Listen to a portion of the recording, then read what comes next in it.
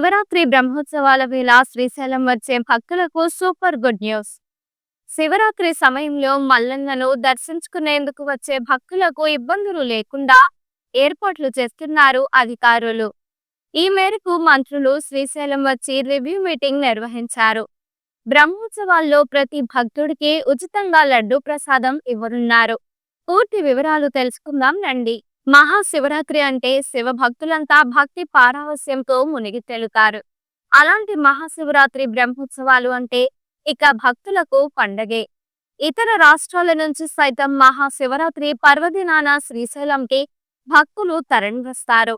ఎందుకంటే శక్తి పీఠాలలో జ్యోతిర్లింగాలలో అత్యంత ప్రముఖమైనది.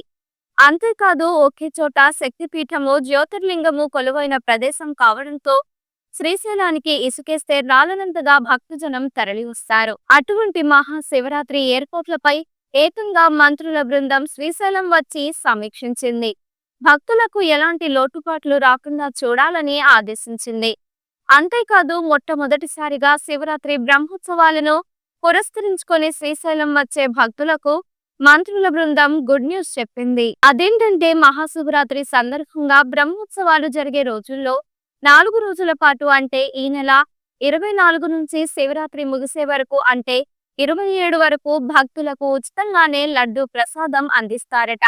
అంతేకాదండోయ్, స్వామివారి అమ్మవారి దర్శనం వచ్చి క్యూ లైన్లలో ఉండే భక్తులకు 200 ml మినరల్ వాటర్, పాలు, బిస్కెట్లు కూడా అందజేస్తారట.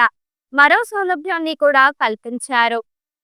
క్షేత్ర పరిధిలో పార్కింగ్ ప్రదేశాల నుంచి వసతి గృహాలకు, సత్రాలకు భక్తులను చేరవేసేందుకు ఉచితంగా మినీ వాహనాలను కూడా ఏర్పాటు చేసినట్లు మంత్రుల బృందం ప్రకటించింది. అలానే మహాశివరాత్రి రోజు అంటే 25, 26 తేదీలలో దేవస్థానం టోల్గేట్ వద్ద ఎలాంటి రుసుము లేకుండా ఉచితంగా వాహనాలను అనుమతిస్తున్నట్లు మంత్రుల బృందం ప్రకటించింది. అబ్బబ్బా, మహాశివరాత్రి సందర్భంగా భక్తులకు ఇన్ని సౌలభ్యాలు కల్పించడం ఇదే మొదటిసారి అని అంతటా చర్చ జరుగుతోంది. ఈ సౌకర్యాలు అన్ని భక్తులకు అందేలా చర్యలు తీసుకోవాలని పలువురు కోరుతున్నారు.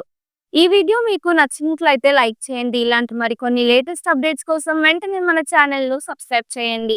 ఈ వీడియోపై మీ అభిప్రాయాన్ని కామెంట్ రూపంలో తెలియజేయండి.